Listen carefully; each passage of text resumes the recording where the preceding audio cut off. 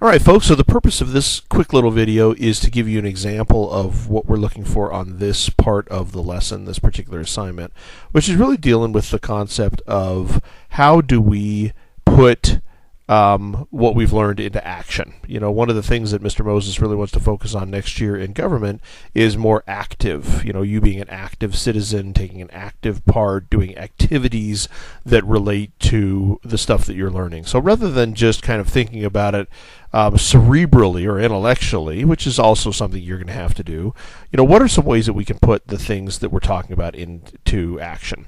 And so the purpose of this lesson has really been defining yourself as an American. Who are we as a people? Who are you as part of this group, goofy bunch of people that we call Americans?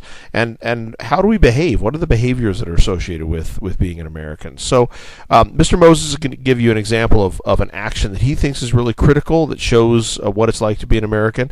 And I'm going to give you one too. And so by way of discussing this, I want to just say that, you know, here's a picture on the screen right here of the U.S. Capitol building in Washington, D.C. It's a beautiful building. If you ever have a chance to go and get a tour, please do so. It's just gorgeous, and it really is the seat of our government, the legislative branch in our country. But this gigantic building, this very impressive construction, is really based on a foundation of words. And you know, words are critically important when it comes to government, not just American government, but governments of all countries, because words are really what the basis of the structure of our governments is really based on. And so, you know, we've had a lot of words that mean a lot in our country's history. We've talked about them in this class, and so let's just go over a few really quick to give you an idea of what we're talking about here. So here's a few documents and a few collections of critical words that have impacted who we are as citizens over the years. And we'll start off with the very top left. That's the Declaration of Independence.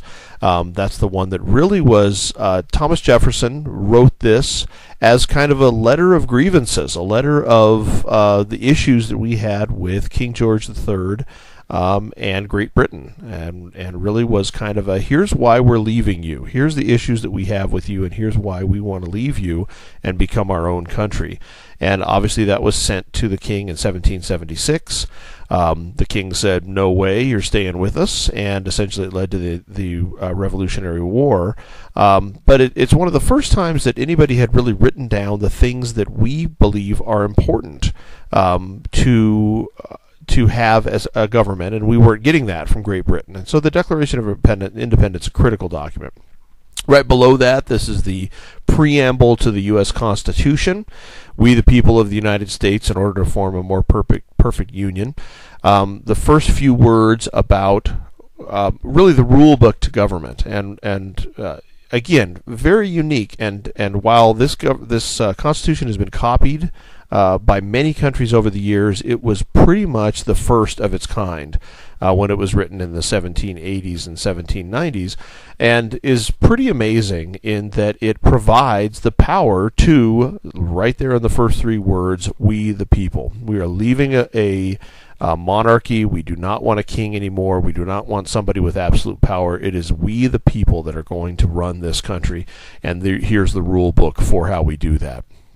In the upper right-hand corner, you've got the Emancipation Proclamation, which was issued in 1863 by President Lincoln, which essentially was a document freeing the slaves. It didn't free all the slaves, and obviously the Civil War wasn't over until 1865, and then the amendments that happened after that gave true freedom to the slaves. But it's an opportunity to write down in words that we are no longer, as a country, going to allow slavery to exist within our borders. Pretty amazing document that was written in the middle of our own Civil War. But obviously when the North won and reunited our country under Reconstruction, these words were critical. And then in the bottom right-hand corner was what's called the Seneca Declaration. And this is a declaration by women activists who said, we want the right to vote. Now, you know, think about this, that we became a country in the 1700s. The right to vote was limited to white men all the way up until the 1860s, and 1870s when African American men got the vote. And then it wasn't until the 1920s when women got the vote in our country. But this is a document of essentially saying we are no longer going to be second-class citizens as women. We want to be treated the same way. So these are some ways that our country was defined by words, and that words are really critical. So drilling a little bit deeper, one of the things that I love about the U.S. Constitution is that it provides, like I said, that rule book for how we run a country. You know, how our government is structured, how long people are elected to office, how we do voting, all those kind of things. And we've learned a little bit about that over the course of this term.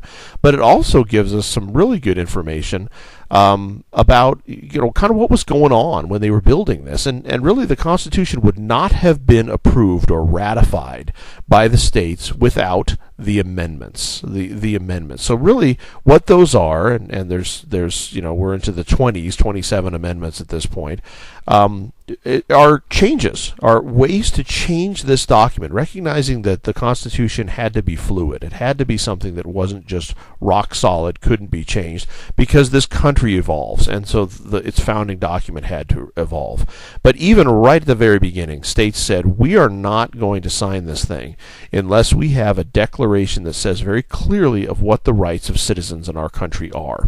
And that was known as the Bill of Rights, which really are the first 10 amendments to the U.S. Constitution. And these 10 amendments touch on a lot of issues. They touch on the rights of the accused. They touch on gun ownership, as we know in the Second Amendment.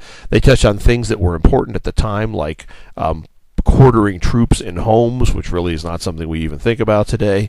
It talks about the rights of states, and then the rights of citizens itself. So it's a really important way for the states to have said, before we're going to be a big country, and we're going to give up our rights as a state, we want to make sure that our citizens all have these basic rights. And so once these 10 amendments were written and agreed to, the Constitution became the guiding document. I want to take really quickly a look at what I think is the maybe the most powerful set of words that we have as Americans, and that's really the First Amendment. The First Amendment, in just a short paragraph, is about as powerful in terms of words as you can get, in terms of what these words convey. So let's take a real quick look at the First Amendment.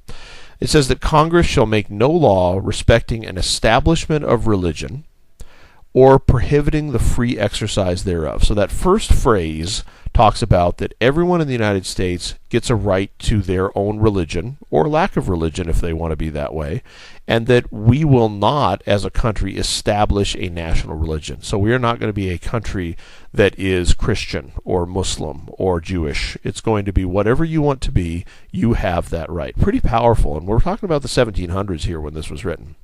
The second clause is you can't abridge the freedom of speech, that everyone has a right to say what they want to say, good, bad, or indifferent in this country, which again is very powerful. Most governments did not allow that in the time before the U.S. Constitution. Freedom of press is the next piece. Freedom of rights for people to peaceably assemble, which means essentially get together in groups, and to petition their government for a redress of grievances. So you can write to your congressman, you can write to the president, you can write to the people that are in power and say what you want without any laws that stop you from doing that, or any kind of issues that would happen to you. You can't be punished for doing these things. And that's the First Amendment. And the one that I want to focus on for this assignment is really the clause that talks about petition of government for a redress of grievances. So let's look at that again, the freedom of petition.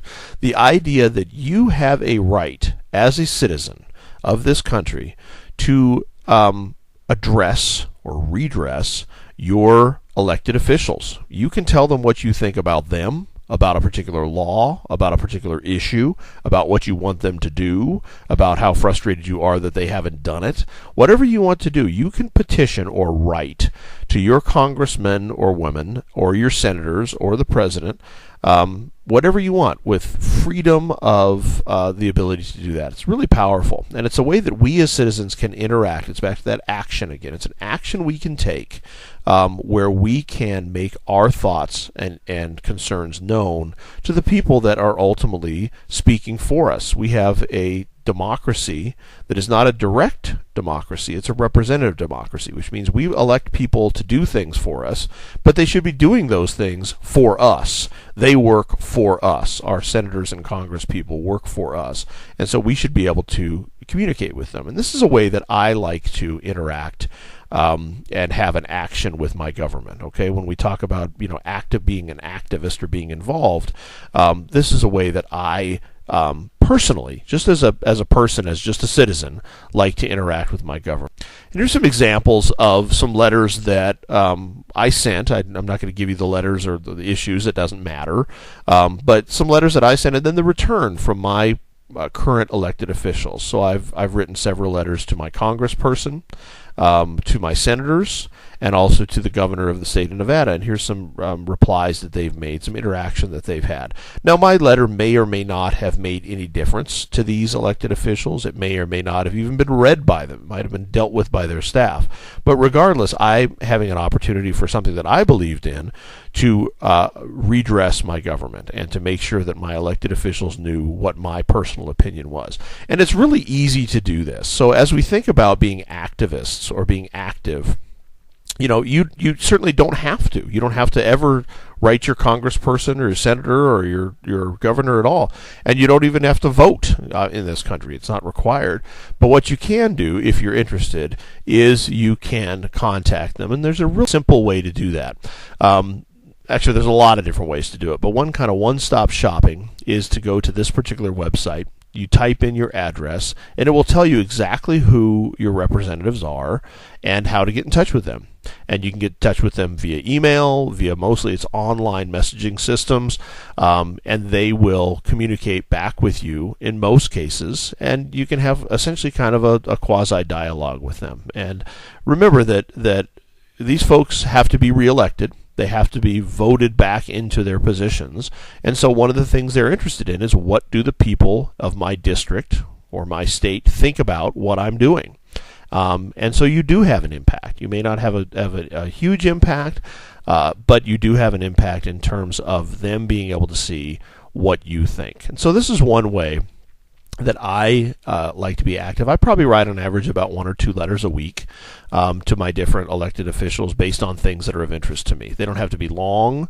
They don't have to be, incredibly polished, but they're just a way that you can get your opinion to the people that make the decisions in this country. And it's just kind of an ending thing, just a couple examples of being an active citizen. The one in the upper right-hand corner is this was actually the Women's March in 2016, but it took place in Washington. These things happen all the time, where there are protest movements, where big groups of people will come and either protest or support a particular issue, whatever that issue is important to you. So that's one way you can get involved.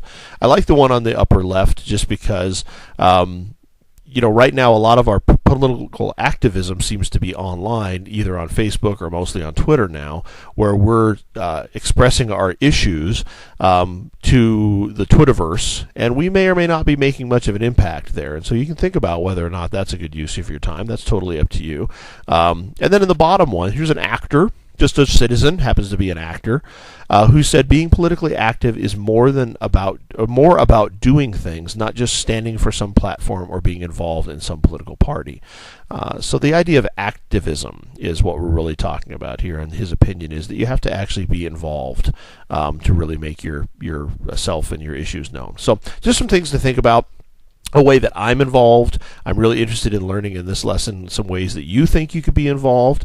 And if you have any questions, you let me know.